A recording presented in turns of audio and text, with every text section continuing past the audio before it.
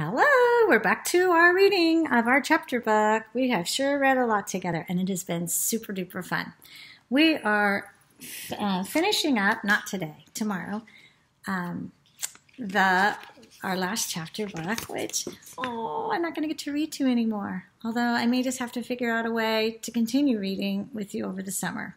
I'll have to figure that one out. All right, we are reading a story called Mango and Bambang, The Not a Pig, written by Polly Faber, illustrated by Clara Zuliani. Remember, I talked about how it's hard for me to read with this on the book. This is a book jacket. It's really important. That's why I keep it, because when I'm finished reading, I will put it back on the book before I put the book on the shelf.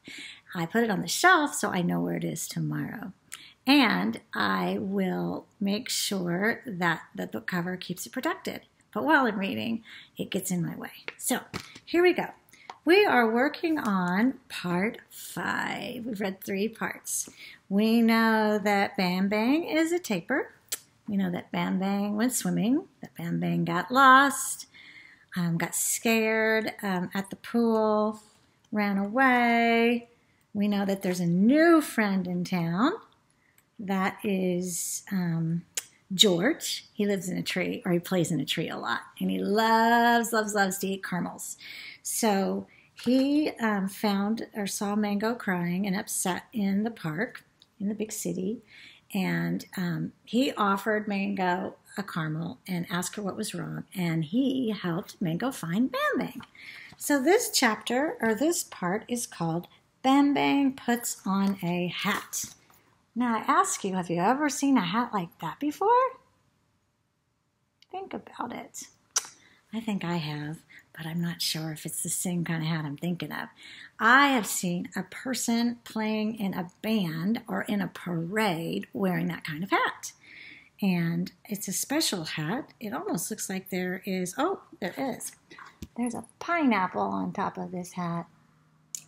So I don't know if it's a parade type of hat. Okay, let's read. Bambang puts on a hat. With a new pool, a new friend, and above all, with Mango, Bambang was truly happy. Mango was happy too, but she was also a little wary. I wonder what wary means. I'm going to keep that word in my mind and see if the next few parts that I read aloud are going to describe or tell us what wary means. She knew that although there were no tigers in the very busy city where she lived, there were other dangers to a tapir of increasing curiosity, and some dangers were closer to home than Mango quite liked to think. She made Bambang promise to never go out without her.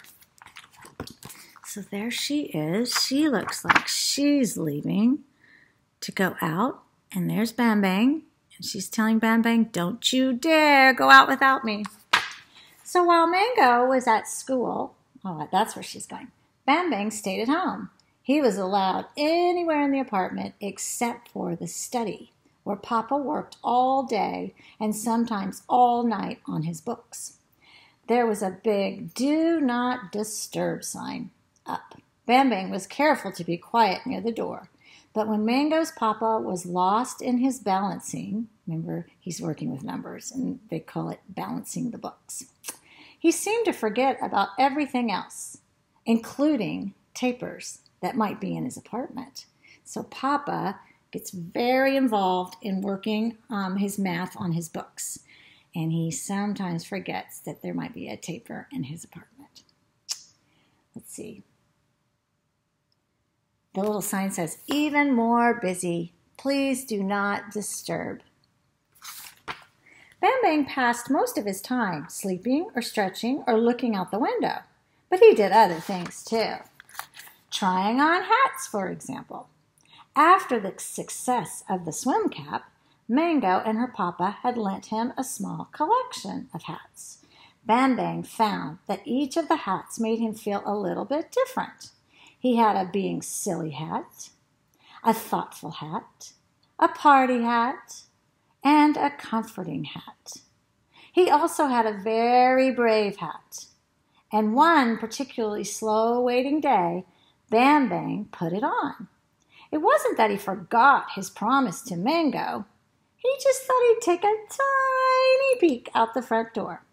As long as he stayed in the apartment building, he wasn't really going out, was he?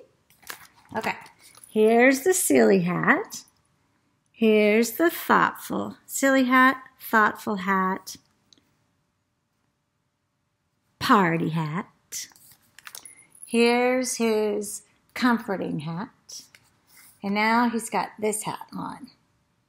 And he wants to take just a teeny little peek out the apartment door. Now remember, he's promised Mango he will not leave the apartment. So he says that taking a peek is not the same. Two of Bambang's favorite wonders that weren't in the jungle were the stairs and the elevator in the apartment building. When he and Mango went out together, he'd race down all the stairs as quickly as he could and see if he could beat Mango in the elevator. Mango always made sure that Bambang won. There he goes. He's racing down the stairs. This is making me have a connection. I know sometimes when we used to go to hotels, we would take turns racing. It would be the grown-up racing the kids or the kids racing the grown-up, and one group would be on the elevator and the other group would be going down the stairs. So I just had a personal connection to the book. Coming back up again, they would take the elevator together. Bambang would stretch and press the top button with his snout. He enjoyed the strange jump in his tummy as they were whooshed up to the top floor in the elevator. But he'd never been out there on his own before. The building was very quiet during the daytime. Everyone was out being busy. Bambang was pleased to have the place to himself. He was not very quiet, but not everyone was out. In the apartment on the floor right below Mango's apartment, Dr. Cynthia Pricklepause had just returned from a long trip overseas. So that means she went to a different continent. So there she is, and there's Mango. She can't see him, but this is just showing that he's in the apartment above. What's her name? Dr. Cynthia Pricklepause. And does it look like he's noisy or quiet? Noisy. And what does she look? Does she look happy or not so happy? Hard to say, but maybe not so happy. If Mango, currently pouring the contents of one test tube into another at school, had known this, she would have worried. If she'd known about Bambang putting on his very brave hat, too, she would have worried even more. For Mango knew Cynthia Pricklepause was not a tiger. She was much worse than that. What? How can she, Dr. Cynthia, be worse than a tiger? So there's Mango at school. There's Bambang with his brave hat. And we know that he's in the apartment above. Bambang galloped down the stairs and took the elevator back up to Mango's floor 3 times. Then he decided to experiment. First, he tried bumping down some of the stairs. Ba-dum! Ba-dum! Ba-dum! Went Bambang's bottom. It was fun, but not very comfortable.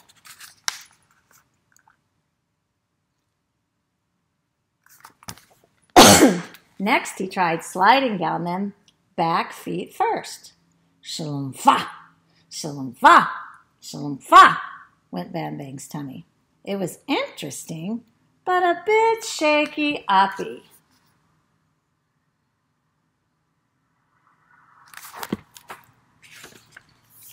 Finally, he climbed onto the banister. That's the thing you hang on to on the stairs. It's like the railing. And he went hurtling down, snout first, at top speed. Aye!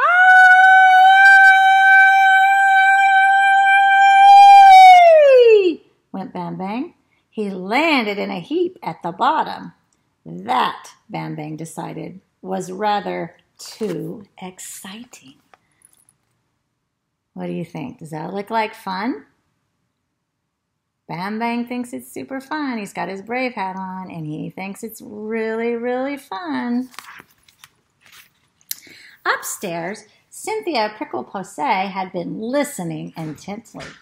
She started to unpack her traveling trunk. There was equipment in there that she would need. Feeling slightly out of breath, Bambang began a slower exploration of the other floors in the building. As he got in the elevator this time, he pressed each button in turn and had a careful look as the doors opened on each level. There wasn't that much to see.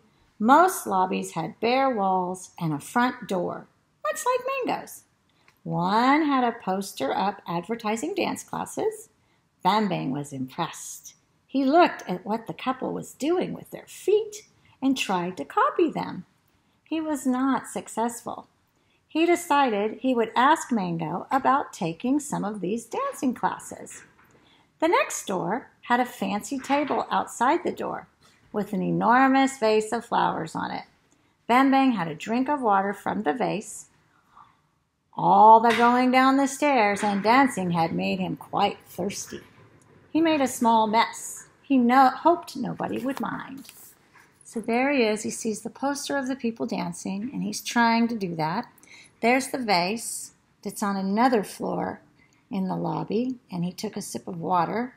He drank all the water, actually, spilt some on the table. This time, as he got back into the elevator, a strange thing happened. The doors closed, and the elevator began rising without him pressing any buttons at all. Bambang felt nervous. A little bit of his bravery slipped away. He shut his eyes and hoped the elevator was just taking him home. But it stopped one floor short of where Mango and Bambang lived. When Bambang opened his eyes, he saw the lobby of Cynthia Pricklepose's apartment. He saw Cynthia Pricklepose herself waiting for him, her finger on the elevator's call button. And he knew right away that he'd picked the wrong day to try on hats.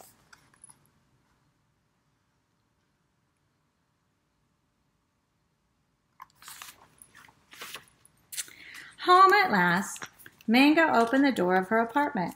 "Bambang," she called, "I made double chocolate chip brownies for us at school. Would you like to have some?" There was no reply. No warm taper rushed into her arms. No taper tongue began licking her face all over. The apartment was absolutely silent. Mango took a brownie into Papa. His books were having a particularly lopsided day today. He had no idea that Bambang had gone. Then, through the floor, they both heard a series of muffled thumps, bangs, shouts, and awful shrieks coming from the apartment below. Now Mango was worried, dreadfully worried. She smoothed down her hair and her skirt, picked up her plate of brownies, and prepared to pay a visit to her neighbor. So there she is.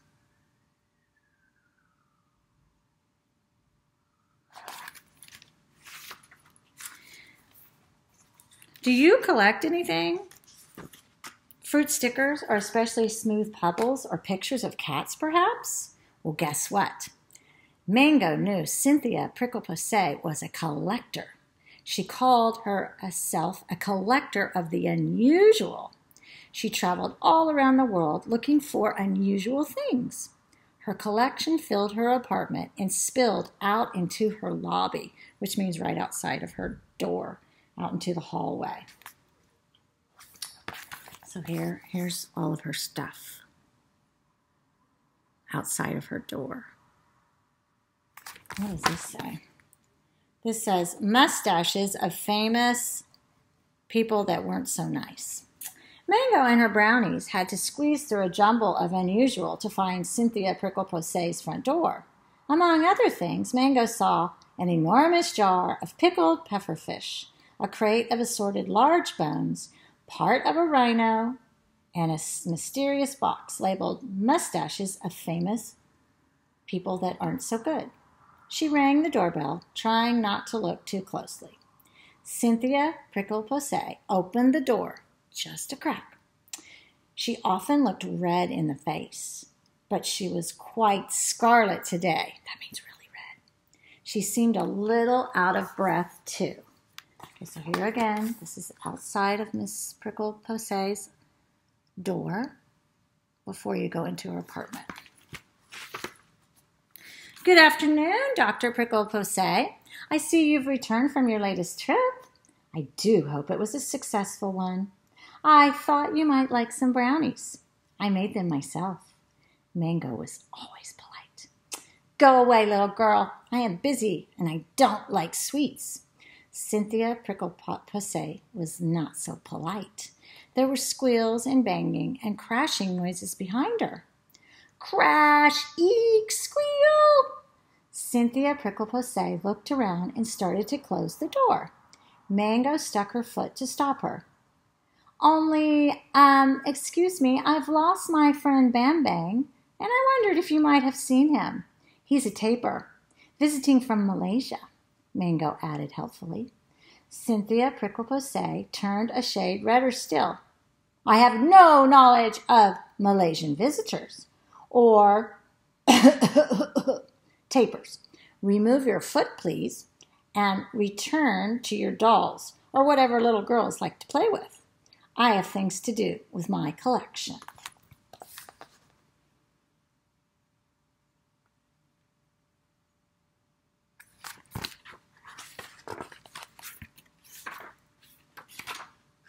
The banging noises behind her got even louder. Cynthia Prickle-Posay began to push at the door. Mango stood her ground. It's quite a noisy collection, isn't it? Mango asked. Almost like something is trying to escape from you. Almost like something doesn't want to be collected. She spoke in a louder voice. Mango, is that you? Oh, help, help, help me, please. Bambang's voice came from inside. Remove your foot now, little girl, or I shall feed it to my giant carnivorous plant, said Cynthia Prickle-Posay sharply. Mango couldn't be polite any longer. Bambang needed her. She brought her other foot up in a perfectly positioned karate kick. The door jolted open, allowing her to step past a caught off guard Cynthia Prickle-Posay, and inside, Mango put down the plate of brownies on a handy table made from the shell of a giant tortoise and ran over to Bambang. So it's a good thing that Mango takes karate, right? Because her karate kick really came in handy here. Oh my goodness, this is a long chapter. Poor Bambang, all of him was wrapped in an enormous net, and half of him was squeezed into a glass case as well. Cynthia Prickle-Posay had obviously not been fully prepared for the sudden capture and display of a taper. The case had contained a stuffed warthog, which had been thrown on the floor to make room for Bambang. Tapers are rather bigger than warthogs, and live tapers, not in the mood to be collected, are even more difficult to fit into glass cases. Mango felt quite proud of Bambang. Once upon a time, he would have just curled up into a ball. Now it was clear he could make quite a big mess and stand up for himself, showing courage. So I guess this is the warthog that wasn't real, that used to be in the case. And here's Bambang in the net inside the case that's too small. And here's his brave hat. And here's just messes that he's been making and all this noise. Oh, Mango, I put on a very too brave hat and went sliding, and at first it was fun, and then it wasn't, and then I went exploring, and at first that was fun, and then it wasn't, and you told me not to, and I shouldn't have, and now I've been collected, and I don't like it at all, wailed Bambang. I should think not, said Mango. Now we're going to uncollect you and take you home. She pulled Bambang out of the case and started to unwrap the net. What do you think you're doing? Barging into private property. Hands off that exhibit. It is not for touching, said Miss Dr. Cynthia. That's my unusual wild beast. That taper is mine. Cynthia Prickle-Posse was positively purple now. She was also brandishing a particularly bristly broom at Mango. Mango wished she were wearing a very brave hat of her own. She felt horribly wobbly inside. She also knew she mustn't show the wobbliness. It wasn't so different than a tricky game of chess. She could do this. She's got it.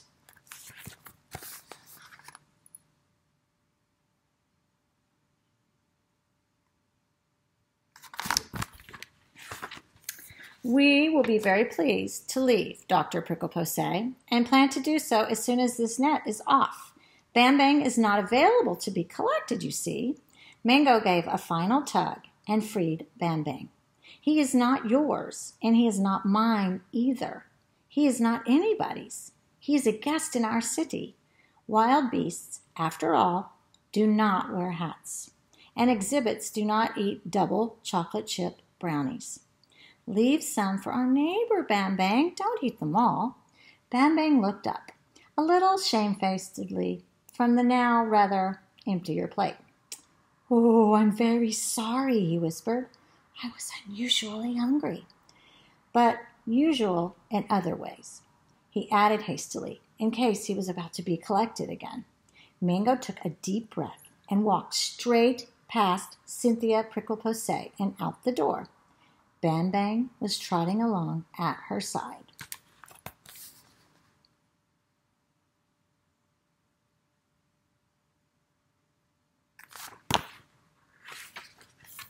This is not the end of this matter, said Cynthia Prickle-Posse as they left. Tapers are not guests, whatever you may say. They belong in zoos or in the hands of adult experts. You will be hearing from me again. I will have that creature. But she set down her broom. Safe in the elevator, for the time being at last, Mango and Bambang hugged each other very, very tightly. Oh, Mango, said Bambang finally, I promise I shall never ever wear that brave hat again. Oh, Bambang, said Mango, you shall wear whatever hat you choose. Always, but maybe not for the rest of this afternoon, or at least not until after supper.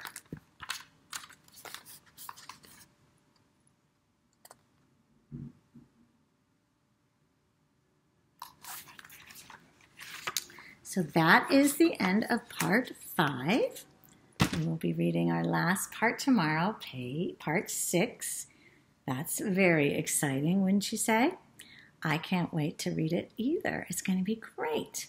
So I'm going to leave you with thinking about the chapter and how you think you might want it to end or how you think it's going to end. Remember, Dr. Cynthia says she's not finished with the taper yet, that is hers to be collected or to put into the zoo. I want you to remember our positive affirmation. I am smart. I am kind. I am honest. I am silly. I am brave. And I am loved. And yes, you are so very much. See ya tomorrow. Thanks for listening. I hope you like the story. Ta-ta for now.